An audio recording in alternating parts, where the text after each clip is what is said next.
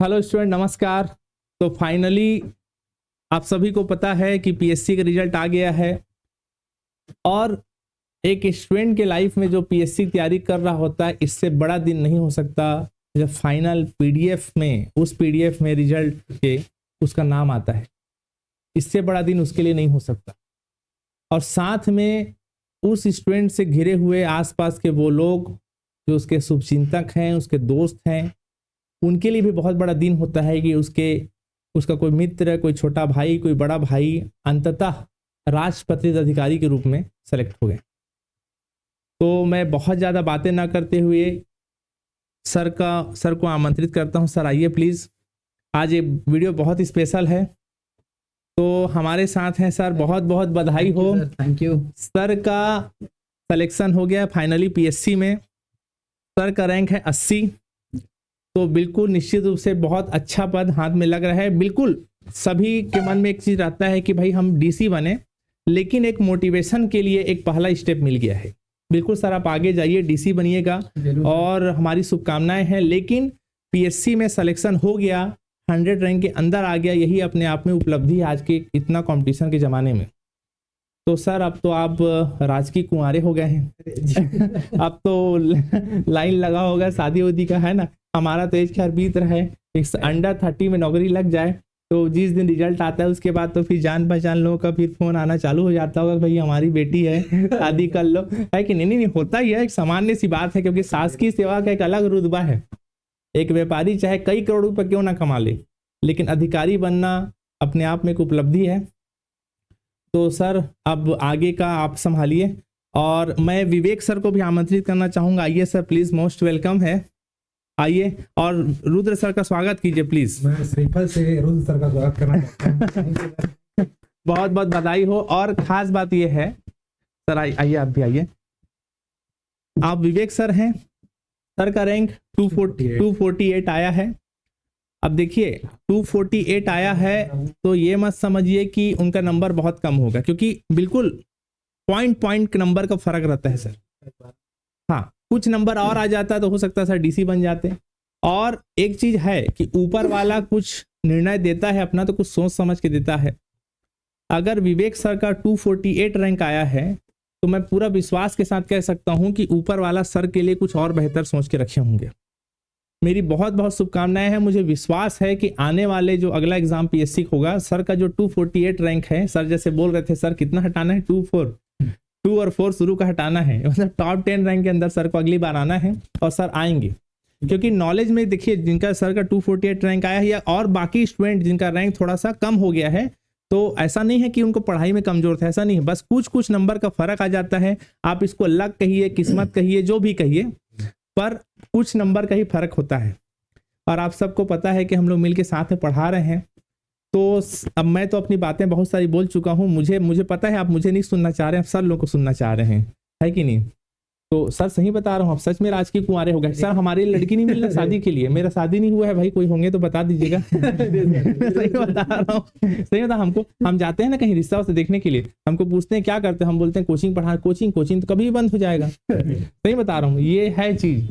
तो क्या ठीक है सर, अब सबसे पहले माइक मैं विवेक सर को दूंगा, क्योंकि आप वीडियो तभी देखेंगे लास्ट तक जब सर लास्ट में बोलेंगे, है कि नहीं सर। तो सर आप कुछ बोलिए, क्योंकि देखिए एक सफल व्यक्ति से ज्यादा, अब असफल तो नहीं बोलूंगा, ऐसा मत बोलिएगा, लेकिन जिनका थोड़ा रैंक कम आ गया है उनका सलाह आपके लिए ज्यादा इंपॉर्टेंट है कि कहाँ चूक हुआ, कहाँ मिस्टेक हुआ।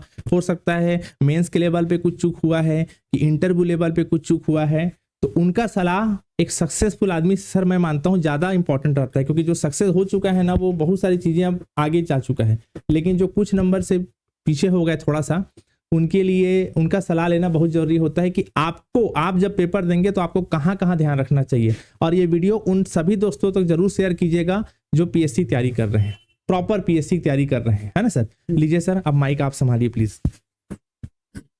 Thank you so much sir. Brijesh sir का मैं बहुत बहुत धन्यवाद करना चाहता हूँ जो मुझे यहाँ पे मौका दिया। और मैं अपने छोटे भाई की तरह, जैसे मैं रुद्र प्रताप है ना, इनको हम लोग पुष्पेंद्र है, इनका पूरा नाम पुष्पेंद्र प्रताप सिंह राठौर है, पर हम लोग इनको रुद्र के नाम से पुकारते हैं। जिस दिन इनका सिलेक्शन हुआ था, मैं सिर्फ एक ही लाइन बोला था कि आपका हो गया, मतलब मेरे छोटे भाई समझ के मेरा हो गया। मैं एक ही लाइन बोला था इनको, ठीक है। टेंशन नहीं लेना है। मेरा सिर्फ यही था कि मैं जिस हिसाब से मैं तैयारी करके एग्ज़ाम दिया था, तो मुझे लगा था कि मेरा रैंक जो होगा 100 तक में आ जाएगा, तो 100 से 150 तक भी आता तो भी मेरे को बुरा नहीं होता। पर मेरे को लगा कि 248 रैंक कुछ ज़्यादा ही आ गया है, तो थोड़ा सा फील हुआ। पर कुछ दिन बाद, 1-2 दिन में समझ गया कि मुझे और अभी मेहनत करना है, मेरे संघर्ष अभी बाकी है। ठीक है, तो आप सभी जो लोग 3 डिजिट में अभी हैं, चाहे वो 148, 248 है ना, जितना भी डिजिट है, उनको आपको तो सबसे पहले प्रयास करना है कि 2 डिजिट में आना है। 2 डिजिट में समझ चुके हो आप, टॉप 10। ठीक है, तो मैंने भी यही ठाना है कि 2 डिजिट में आना है। और सर के लिए, आपके जो रुद्र सर चहेते आप जो पढ़ाते हैं, इनके लिए मैंने एक लाइन निकाला है ना, बोलने के लिए। जब आंखों में अरमान लिया, मंजिल को अपना मान लिया, फिर मुश्किल क्या आसान क्या, जब ठान लिया तो ठान लिया। ठीक है, तो इन्होंने भी ठाना था कि मुझे क्या चाहिए, डिप्टी कलेक्टर चाहिए। देखो, जब एक होता है कि खजूर से अटके, है ना, आसमान से अटके खजूर में, आसमान से गिरे खजूर में अटके, है ना, तो एक टारगेट तो ऊपर का ही होना चाहिए। कोई भी आदमी हो, टारगेट आपको डिप्टी कलेक्टर ही होना चाहिए। अब फर्स्ट टाइमर, फर्स्ट इंटरव्यू थे, 2018 से प्रिपेयर कर रहे हैं, और आपका पहला इंटरव्यू में इनको पोस्ट मिला है। तो सबसे अच्छी बात यह है कि पोस्ट मिला है। कई लोग क्या होता है, उनको पोस्ट भी नहीं मिलता, तो सबसे बड़ी अचीवमेंट यही है। ठीक है, मेरे को भी कई लोग ऐसा बोलते हैं कि सर आपने 248 रैंक है, आपके लिए भी अचीवमेंट है। तो हर किसी लिए वो अचीवमेंट है जो इंटरव्यू तक पहुंचा है, सिर्फ मेरे लिए नहीं। जो वो बंदा जो आज मेरा वीडियो देख रहा है, जो 703 रैंक तक आए हैं, उन सब के लिए अचीवमेंट है। 1.5 लाख में 700 लोग में आना अपने आप में एक अचीवमेंट है। छत्तीसगढ़ के कोई ऐसा एग्जाम नहीं होता जिसमें आप लोग को अभी ऑफिसर लेवल का, जिसमें इंटरव्यू होता है, और CGPSC जो राज्य की सबसे बड़ी परीक्षा होती है, वहां पे आप टॉप 700 में आ रहे हो, तो अपने आप में एक अचीवमेंट है। लोग इंटरव्यू तक पहुंच नहीं पाते, कई लोग का प्री निकलता। ठीक है, हम मेंस और क्वालिफाई करके लोगों के 1.5 लाख लोगों को काट कर पहुंचते हैं कहाँ तक, इंटरव्यू तक। उसमें से लोगों का सिलेक्शन होता है और कई लोग पीछे रह जाते हैं। तो वो असल में ना योद्धा है, योद्धा हमारा ना, वो हार नहीं सकते। हारा वही जो लड़ा नहीं, अगर आप लोग सुने होंगे तो, हारा वही जो लड़ा नहीं, जो लड़ नहीं पाता वही हारता है। तो हम तब तक नहीं हारे हैं जब तक हम पोस्ट नहीं लेंगे। जिस दिन हम पोस्ट नहीं ले पाएंगे, जिस दिन हमारे दिमाग में आएगा कि हम नहीं कर पाएंगे, उस दिन हम हारते हैं। उस दिन हम इसलिए हारते हैं अपने किस्मत के और अपनी वजह, अपने दिमाग में जो सोच होता है उस सोच से हारते हैं। आदमी कभी मेहनत से नहीं हारता।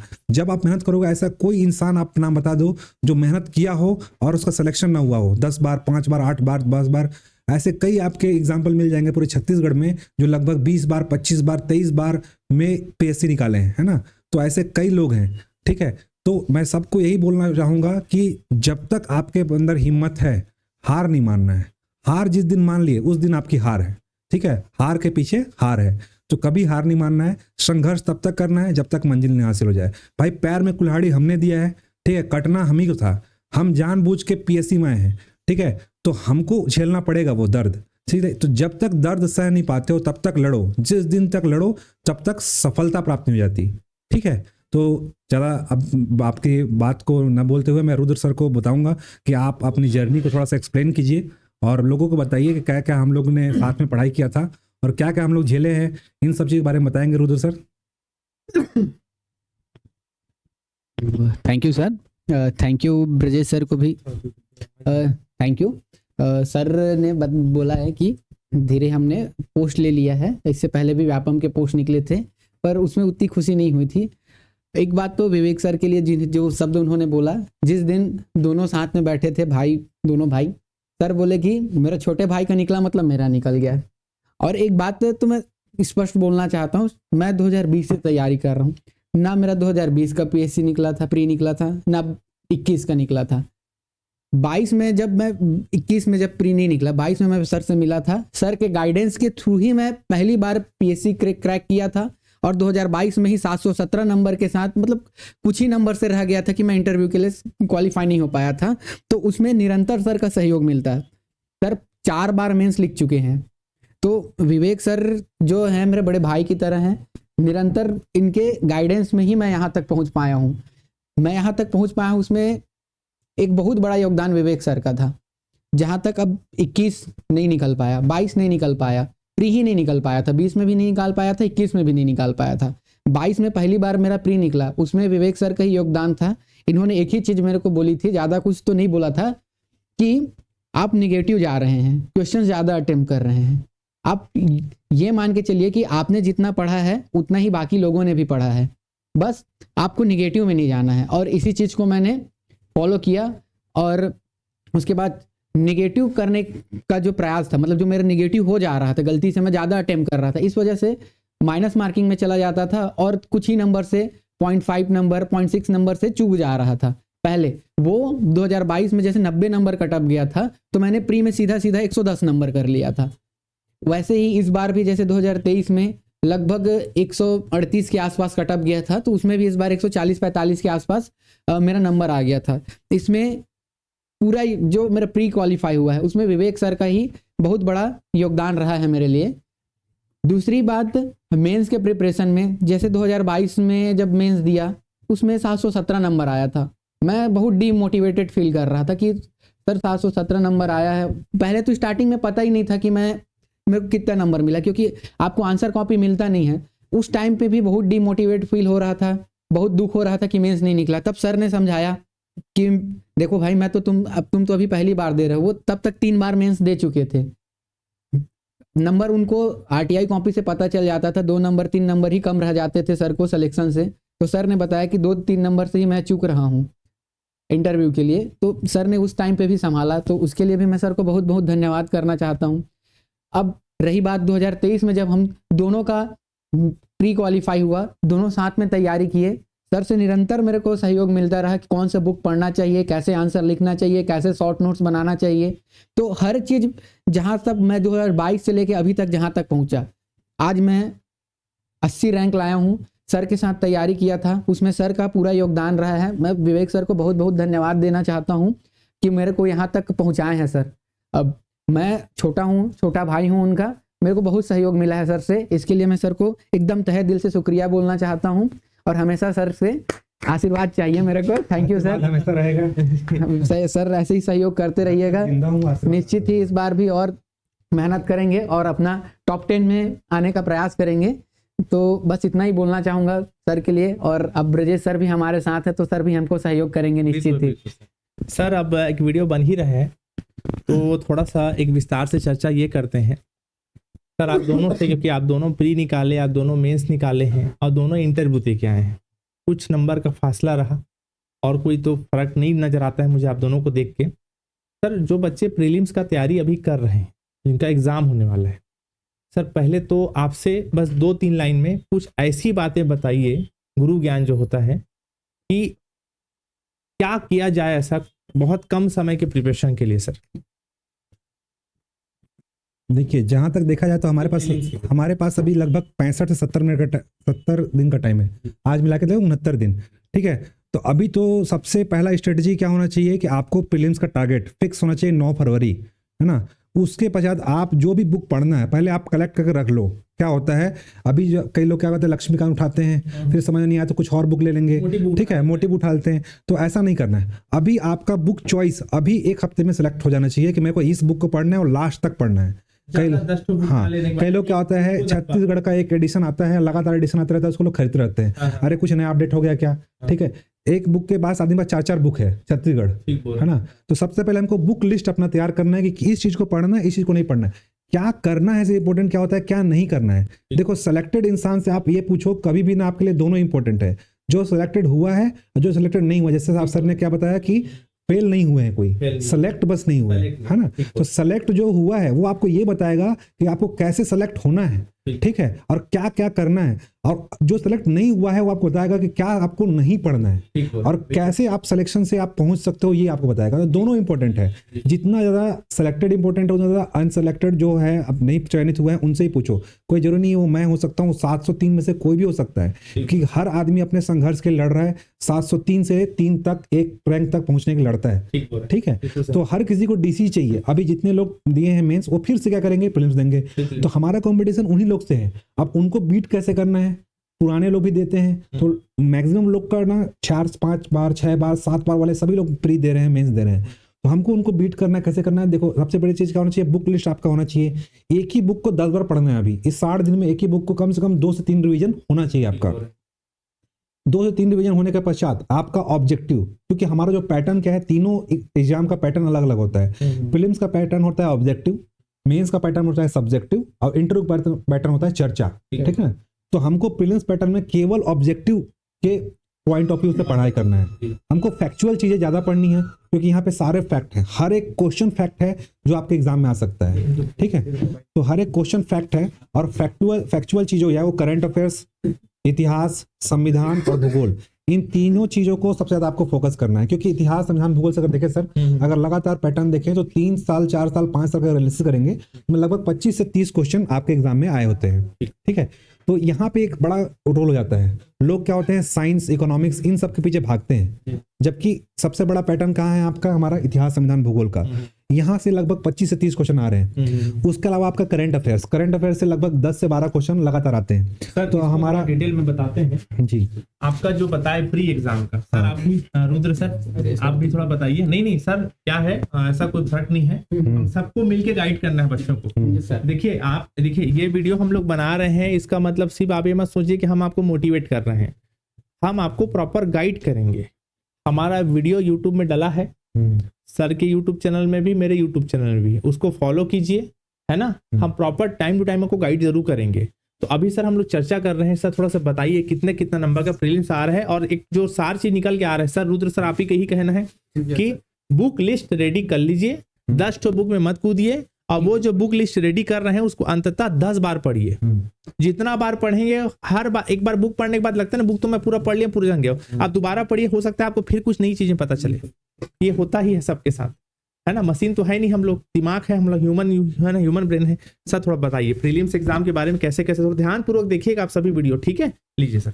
हाँ तो सर मैं कहाँ पूछा था, कितना नंबर आ रहे हैं। हाँ तो देखिए, अगर मैं 4-5 साल का एनालिसिस किया हूँ और जहां तक मैं आपको सही गाइड कर पा रहा हूँ, तो मैं जहां देखता हूँ आपका CGPSC प्रीलिम्स में आपका लगातार 4-5 साल पैटर्न से इतिहास, संविधान, भूगोल से, ठीक है, संविधान से ऑन एन एवरेज 8 से 10 क्वेश्चन रहते हैं, 8 क्वेश्चन, है ना। और इतिहास से 7 से 8 क्वेश्चन, 7 से 8 क्वेश्चन, ठीक है। और इसी में एक जुड़ जाता है दर्शन। तो दर्शन भी इतिहास का ही पार्ट है, उससे भी 4-5 क्वेश्चन आ जाता है, नहीं अलग से आता है, ठीक है। वो इतिहास का ही पार्ट है, 4 से 5 क्वेश्चन इतिहास से ही संबंधित है वो, ठीक है। इसके अलावा भूगोल से 7 से 8 क्वेश्चन आ रहा है, भूगोल से 7 से 8 क्वेश्चन, ठीक है। ऑन एन एवरेज देखें तो सारे इस तीनों सब्जेक्ट से लगभग 28 से 30 क्वेश्चन, हमको 30 क्वेश्चन दर्शन भी जोड़ देंगे, क्योंकि इतिहास भी क्या है, दर्शन का ही एक पार्ट है। तो सर यहाँ पर आपका प्रीलिम्स एग्जाम में, अच्छा सॉरी दर्शन, इतिहास, अच्छा इतिहास मिट गया, कोई बात नहीं, समझ जाएंगे बच्चे, ठीक है। 28 से 30 क्वेश्चन आपके। इसके अलावा सर करंट अफेयर्स 10 से 12 क्वेश्चन, करंट अफेयर जो है, ठीक है, करंट अफेयर जो है 10 से 12 क्वेश्चन मान लीजिए। हाँ, अगर हम लोग इसको देखें तो ये 28 से 30, 28 और 12 कितना हो गया, 40। अब बचा जो 10 नंबर सर, वो इकोनॉमिक्स, साइंस और टेक्नोलॉजी, यहाँ से क्वेश्चन आते हैं। वो भी जो क्वेश्चन होता है ना, हाँ, इन्वायरमेंट भी उसमें जुड़ जाता है। ये भी सारे क्वेश्चन आपके ना करंट से रिलेटेड होते हैं। जैसे अभी बाकू अजरबैजान में आपका सम्मेलन हुआ है, आप इकोनॉमिक्स का क्वेश्चन देख लो, समिट कब हुआ है, ये क्वेश्चन पूछा, ये नहीं पूछा कि क्या हो जाए, कार्बन क्रेडिट संभावना क्या है, अब इसमें कुछ निकल के आया है, पर्यावरण वित्त क्या है, ऐसे क्वेश्चन बनेंगे।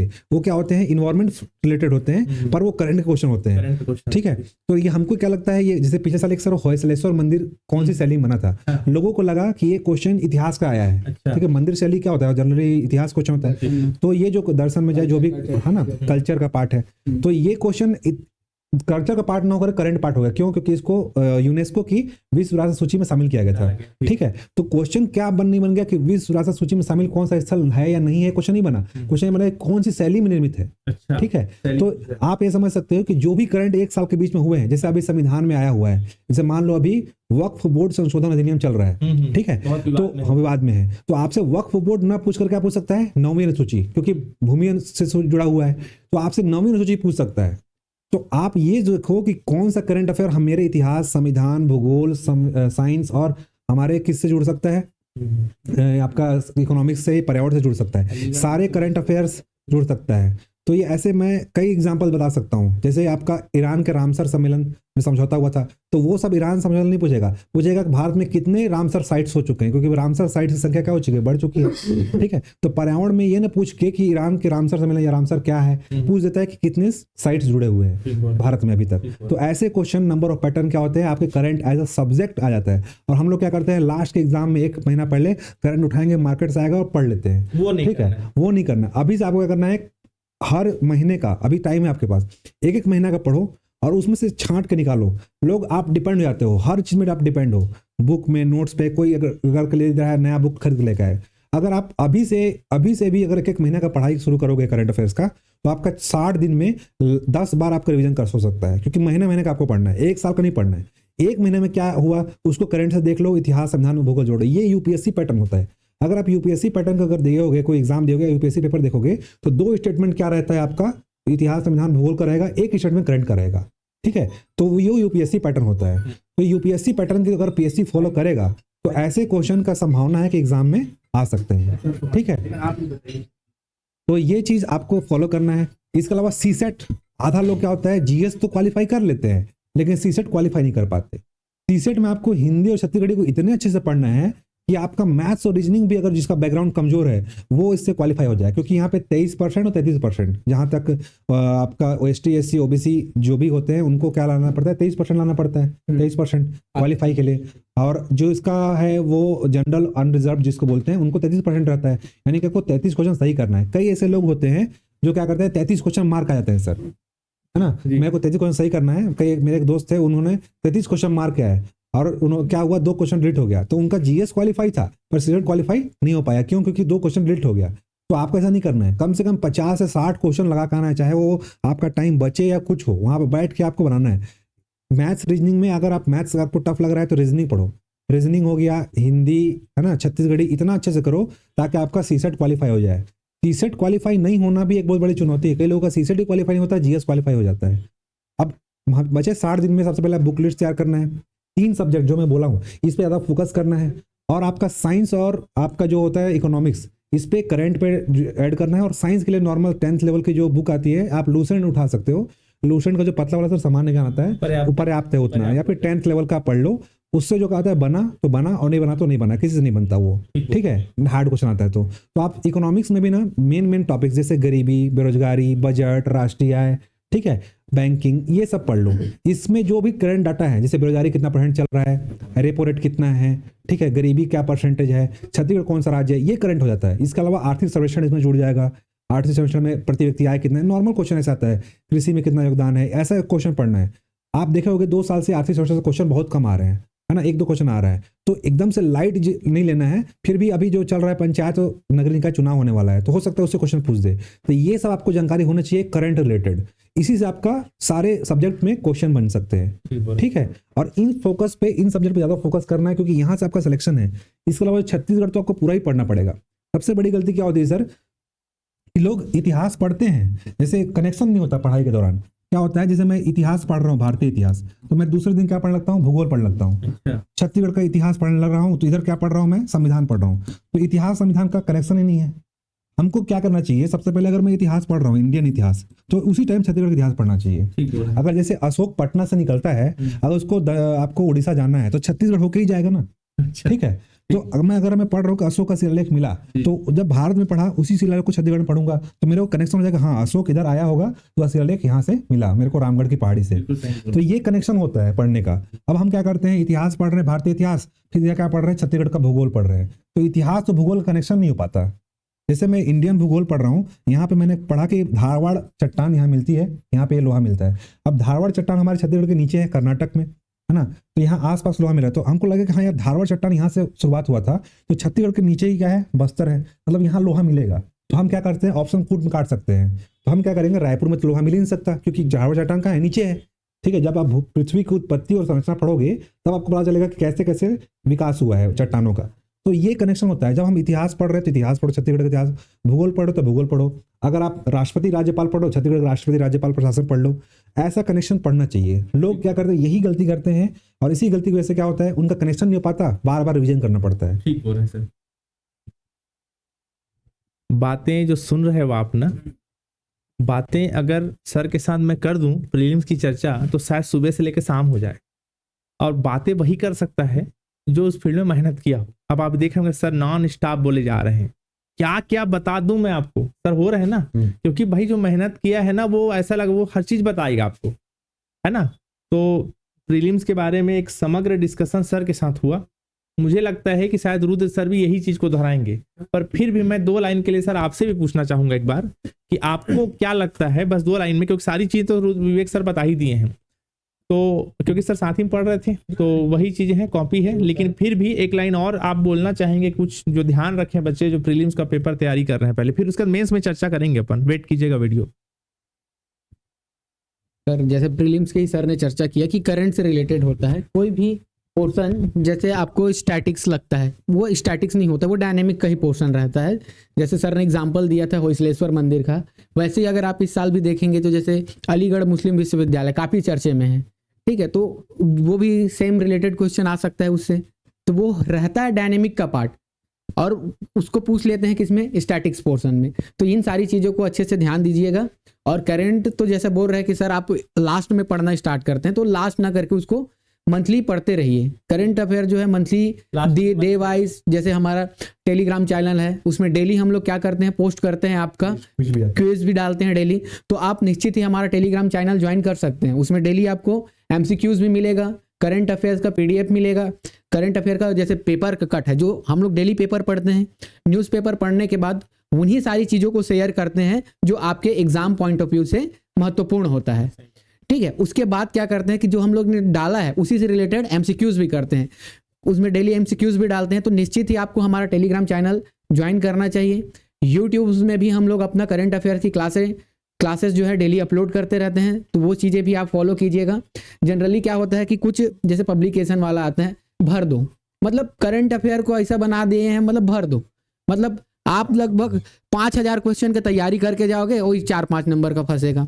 और ये नहीं होना, ये नहीं करना चाहिए। डेली आप न्यूज़पेपर पढ़ोगे, आपको खुद समझ में आ जाएगा कि कौन सा क्वेश्चन जो है आपके एग्जाम में आने वाला है। और नहीं समझ आता है तो हम लोग तो टेलीग्राम में डेली शेयर करते ही हैं, ठीक। यूट्यूब में जो इंपॉर्टेंट क्वेश्चन है, ठीक है, जैसे अब लास्ट जैसे डला है हम लोग का सितंबर तक का, ठीक है, आगे का हम लोग डालेंगे यूट्यूब में अपने, सितंबर तक का डाला है, उसमें सिर्फ उन्हीं क्वेश्चंस पे फोकस किया गया है जो एग्जाम पॉइंट ऑफ व्यू से इंपॉर्टेंट है। और उसका आप हॉस्टल वार्डन के एग्जाम में देख सकते हैं किस तरीके से फंसा था क्वेश्चन, ठीक है, तो वो सारी चीजें भी आप लोग को समझ आ जाएगी। सर एक तो बात होता है, कई लोग बच्चे लोग खुद मेहनत कर रहे हैं, जब टीचर खुद मेहनत करके दे रहे हैं, आपका समय बचा रहे हैं, तो आप उनको फॉलो करो, सीधी सी बात है सर, है ना सर। कई लोग बोलते हैं ना हम ये पढ़ रहे हैं वो पढ़ रहे हैं करंट अफेयर्स के लिए, सर लोग प्रॉपर गाइड कर रहे हैं आपको, उनको फॉलो कीजिए, क्या दिक्कत है उसमें, है ना सर। तो सर प्रीलिम्स का लगभग मेरे ख्याल से चर्चा हो गया सर, ज़्यादा अभी तो मेंस का पेपर तुरंत नहीं है, पर फिर भी इसी वीडियो में मैं सारा चीज़ खत्म कर दूं ताकि जो बच्चे प्रिपरेशन कर रहे हैं उनको, है ना। चलिए मेंस के टाइम उसको बताएंगे, अभी प्रीलिम्स का फोकस कीजिए, जब मेंस का टाइम आएगा तो मेंस में डिटेल में चर्चा करेंगे अपन। तो आप सभी को बेस्ट ऑफ लक, टाइम बहुत कम है, टाइम लिमिटेड है ना। जितना मोह माया है आप उससे दूर रहिए। मोह माया का मतलब, आप हंसिएगा मत, मेरा मोह माया का मतलब मोबाइल और एक्स्ट्रा चीजें भी हैं।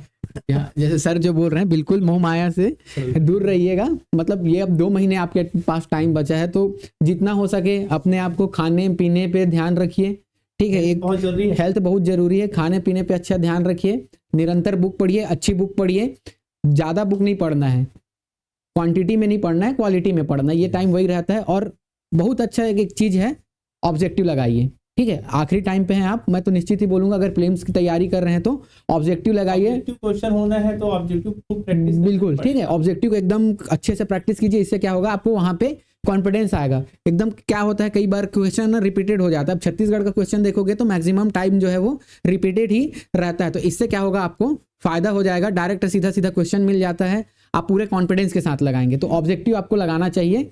आगे विवेक सर कुछ बताएंगे।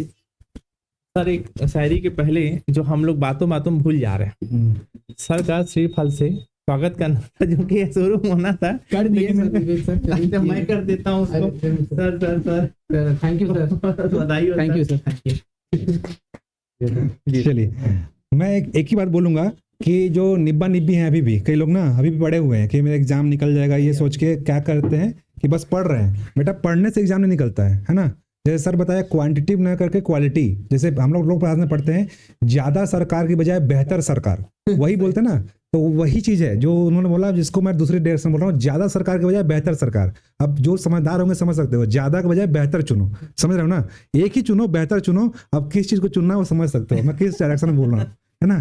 तो ज्यादा सरकार की जगह बेहतर सरकार, वो किसी भी क्षेत्र में हो या किताब के क्षेत्र में बोल रहा हूँ, ठीक है। तो किताब भी वही सुनो जो आपके सिलेक्शन दिलाए, पढ़ने के लिए मटेरियल बहुत सारे हैं, है ना। मार्केट में 100 पब्लिकेशन है जो एक ही राज्य व्यवस्था, इतिहास, भूगोल को बना रही है, पर आपको उनमें से बेहतर चुनना है। और उन सारे चीज़ों को हम लोग एक अलग वीडियो में बताएंगे कि आपको कौन सा सोर्स फॉलो करना चाहिए, कौन सा नहीं करना चाहिए, आपके टारगेट की रणनीति क्या होना चाहिए, 65 दिनों में क्या आप कर सकते हो, क्योंकि आज 69वां दिन है, हो सकता है एक आध दिन वीडियो बनाने में हम लोग को लग जाए, तो वो उसको हम लोग बताएंगे कि 65 दिन में आपको कैसे स्ट्रेटजी फॉलो करना है और कैसे आपको प्रीलिम्स को निकालना है। इन सब चीज़ के लिए एक अलग से एक वीडियो बनेगा, क्योंकि वीडियो लंबा हो जाएगा, है ना, इसीलिए हम लोग आगे करेंगे इसको एक काम। और मैं उन सभी अभ्यर्थियों को बोलना चाहूँगा जिन्होंने किसी भी स्तर पे पहुँच के असफलता को प्राप्त किया है, किसी भी स्थल पे कोई भी लेवल का है, वो व्यापम हो, पीएससी हो, कहीं भी आप पहुँचे होगे और असफल हुए होगे। यहाँ पे देखो यार, संघर्ष, पीएससी का नाम 3 नाम होता है, P for patience, S for struggle और C फॉर कमिटमेंट। यहाँ पीएससी मतलब पब्लिक सर्विस कमीशन नहीं है, पीएससी मतलब पेशेंस, स्ट्रगल और कमिटमेंट। जैसे रुद्र सर ने बताया कि मैं 2018 से तैयारी कर रहा हूँ, 18, 19, 20 से तैयारी कर, ठीक है। मैं 2018, 19, 20 लगातार मेंस दिलाया हूँ।